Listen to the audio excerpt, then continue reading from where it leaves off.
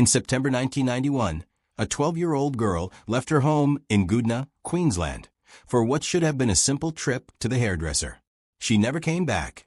3 days later, her body was found in nearby bushland, sparking one of the most controversial murder cases in Australian history, the killing of Leanne Holland. Leanne Sarah Holland was born on October 1, 1978 in Goodna, Queensland, and was the youngest of 3 siblings. By 1991, she lived with her divorced father, Terry Holland, in a house on Alice Street. Her older sister Melissa also lived there, along with Melissa's boyfriend, Graham Stewart Stafford, a British-born sheet metal worker who had moved into the household in June 1991. On September 23, 1991, the first day of the Queensland school holidays, Leanne was home with Stafford while her father and sister were away. At around 9:30 a.m., she left the house to walk to a nearby hairdresser's shop. She planned to have her hair styled, with some accounts noting she had thought about dyeing it blonde. The trip was expected to take only a short time, but she never returned home. When she failed to appear that evening, her family assumed she had stayed overnight with friends, something not considered unusual for the 12-year-old. Concern grew the following day, and by 5:45 p.m. on September 24th, she was officially reported missing to Queensland police. Authorities took the report seriously, as the region had seen troubling disappearances in recent years, including Sharon Phillips in 1986 and Julian Gallen in 1990. Search efforts quickly mobilized around Goodna and neighboring Redbank plains as police, family members, and volunteers worked to locate the missing schoolgirl. At 1:42 p.m. on September 26, 1991, 3 days after Leanne Holland vanished, 2 police officers patrolling on trail bikes made a grim discovery. In bushland off Redbank Plains Road, roughly 8 kilometers from Leanne's home in Goodna, they located a body. The remains were partially clothed, with no shoes, and showed clear signs of severe violence. The body was later confirmed to be that of 12-year-old Leanne. Forensic examination determined that she had been killed by at least 10 blows to the head from a blunt instrument. Investigators noted burn marks on the lower half of her body, injuries believed to have been caused by a lighter or cigarette. There were no immediate indications of sexual assault. However, the brutality of the attack was so extensive that Leanne's body could not be visually identified. Instead, fingerprint analysis was required to confirm her identity. The positioning of her remains also drew attention. Her skirt was described as having been moved upward, and the absence of footwear suggested she had been transported rather than walking to the isolated site. These details pointed investigators toward a deliberate attempt to conceal the crime in bushland beyond Goodna. With the discovery of Leanne's body, the case transitioned from a missing child to a homicide investigation. Police now faced urgent questions. Where had the killing occurred? Who was responsible? And how had her body been moved to Redbank Plains? On September 28, 1991, just 2 days after Leanne Holland's body was found, police arrested Graham Stewart Stafford, the live-in boyfriend of Leanne's sister Melissa, and charged him with her murder. Stafford, a 28-year-old British-born sheet metal worker, had been residing in the Holland family home since June 1991. Investigators based their decision on a combination of circumstantial and forensic evidence gathered from the Goodna residence, Stafford's Holden Gemini vehicle, and the Redbank Plains bushland site.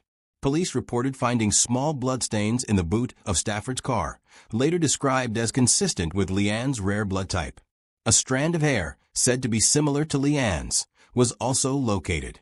Investigators highlighted the presence of maggots in the vehicle, which were determined to match the species and age of those discovered on Leanne's body, suggesting that her remains may have been transported in the car. Tire tracks observed at the dump site were assessed as consistent with Stafford's Gemini, although they were not unique identifiers. Additional details raised suspicion. A folding chair typically kept in the boot was found inside the house. A cyclone hammer normally beside Stafford's bed was missing and later suggested as a possible murder weapon, and traces of blood were recorded within the Goodna home, including in the bathroom. Authorities also claimed Stafford gave inconsistent answers during interviews. On this evidentiary basis, Stafford was charged with murder and police advanced the theory that Leanne had been killed and her body moved using his vehicle. The murder trial of Graham Stafford commenced in early 1992, prosecuted by David Bullock, and built almost entirely on circumstantial and forensic evidence. The Crown presented a clear theory. On September 23, 1991, Stafford killed 12-year-old Leanne Holland with a hammer inside the Goodna home, then transported her body to bushland at Redbank Plains using his Holden Gemini. To support this account, prosecutors pointed to several items. They highlighted the post-mortem finding of at least 10 blows to the head, consistent with blunt force trauma from a hammer. They referred to the small bloodstains found in the boot of Stafford's vehicle, said to match Leanne's rare blood type, along with a hair described as similar to hers. Maggots discovered in the car were argued to be of the same species and age as those found on Leanne's body, reinforcing the theory that her remains had been carried in the vehicle. The defense argued that the forensic findings were insubstantial. The amount of blood was minimal, there were no signs of a cleanup in the house or car, and Stafford's clothing showed no stains. Nevertheless, on March 25, 1992, the jury convicted Graham Stafford of murder. He was sentenced to life imprisonment, with a minimum of 15 years before parole eligibility. Following his conviction on March 25, 1992, Graham Stafford immediately pursued legal remedies. In August 1992, his appeal was heard by the Queensland Court of Appeal, comprised of Justices Geoffrey Davies, Bruce McPherson, and James Thomas. Stafford's counsel argued that the circumstantial case and forensic evidence did not meet the standard required for a murder conviction. They questioned the reliability of the biological evidence, the interpretation of trace findings, and whether the prosecution's narrative was sufficiently supported. The appellate court, however, dismissed these submissions. The panel upheld the trial verdict, endorsing the jury's decision and confirming the admissibility and sufficiency of the Crown's case. This dismissal closed the first opportunity for Stafford to overturn his conviction within the state judicial system. Not deterred, Stafford escalated his challenge by seeking special leave to appeal to the High Court of Australia. On March 4, 1993, the High Court refused his application. This refusal effectively reinforced the finality of the original guilty verdict, leaving Stafford with no immediate legal pathway to challenge the judgment. Although the appeals process appeared to have reached a dead end, Stafford maintained his innocence. His persistence ensured that the case did not disappear from scrutiny, laying the foundation for future petitions, reviews, and eventual reconsideration by both judicial authorities and independent investigators. After his failed High Court bid, Graham Stafford sought executive relief through a petition for a pardon. In June 1997, the Queensland Attorney General referred the matter to the Court of Appeal to be heard, as if it was an appeal by a person convicted. This extraordinary referral allowed judges to reconsider the evidence and trial record. In September, Justices Geoffrey Davies and Bruce McPherson once again dismissed the appeal, reaffirming the conviction. However, Justice Tony Fitzgerald issued a powerful dissent. He concluded that the jury had convicted Stafford on the basis of a significantly mistaken version of events, and argued that a retrial should be ordered. Despite this, the High Court refused Stafford's subsequent special leave application on April 17, 1998, closing that legal avenue. Meanwhile, external scrutiny of the case was intensifying. Professor Paul Wilson, chair of criminology at Bond University, organized a pro bono team of lawyers to assist Stafford.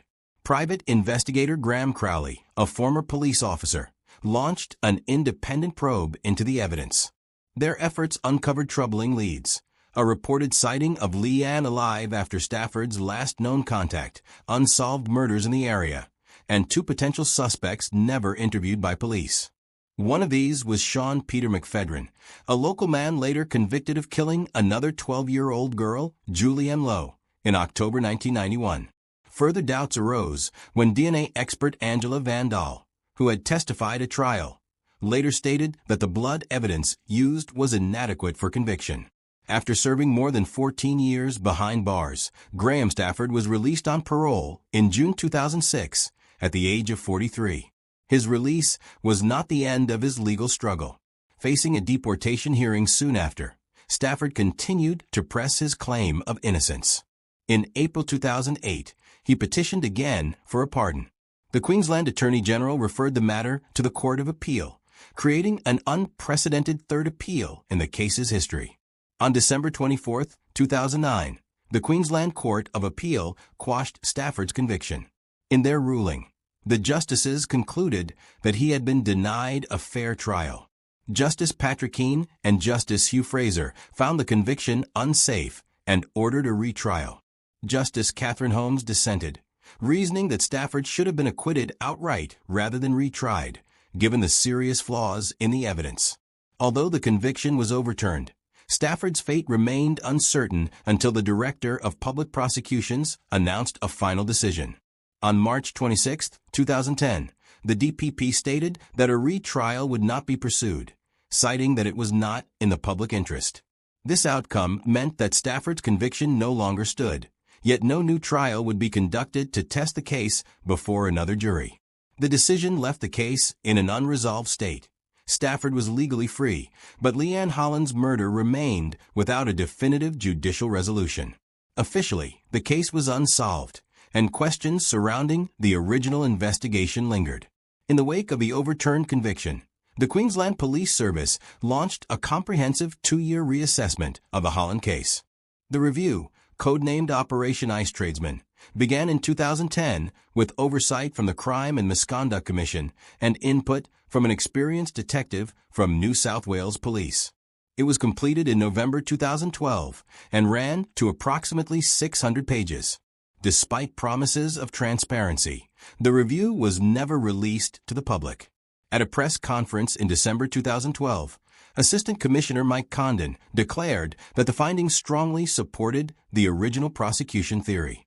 He stated that there was not a scintilla of evidence pointing to anyone other than Graham Stafford, even though his conviction had been quashed.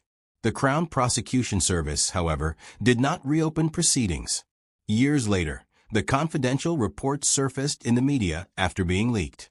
Channel 7's Murder Uncovered program in 2017 presented excerpts to Stafford and his lawyers. Reported details included alleged new DNA findings, claims that the murder likely occurred inside the Goodna home, around 60 blood spots on a shower curtain, hairs consistent with bleach treatment, and bruising on Leanne's body said to resemble patterns from Holden Gemini floor mats. Police reportedly recommended a retrial, but the DPP again declined. By 2019, Stafford was still seeking full access to the review, but Queensland Police resisted disclosure. Operation Ice Tradesman remains sealed in official archives, its secrecy continuing to fuel questions about investigative integrity and unresolved doubts in the case. The prosecution's case against Graham Stafford relied on a series of forensic and circumstantial elements. The murder of Leanne Holland remains officially unsolved.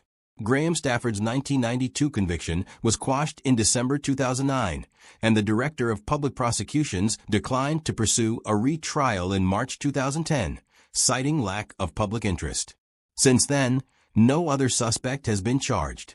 The Queensland Police Service launched Operation Ice Tradesman in 2010, a 2-year review completed in 2012 under external oversight. At a press conference, Assistant Commissioner Mike Condon stated the review found new forensic evidence strongly consistent with the original case and asserted there was not a scintilla of evidence pointing to anyone else. However, the full 600-page report was kept confidential. Media later obtained parts of it, and television programs in 2017 publicized leaked claims of new DNA evidence, blood traces on a shower curtain, hairs showing bleach, and bruising linked to Holden Gemini floor mats.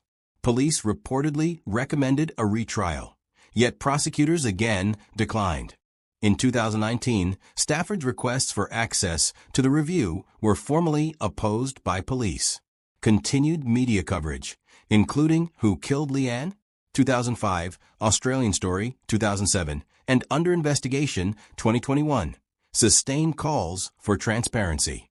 Queensland Police have stated they would support a coronial inquiry, though none has been launched to date. Leanne Holland's case stands as unresolved, a 12-year-old victim, a conviction overturned, and decades of disputed evidence. For her family and for public confidence, the unanswered questions remain.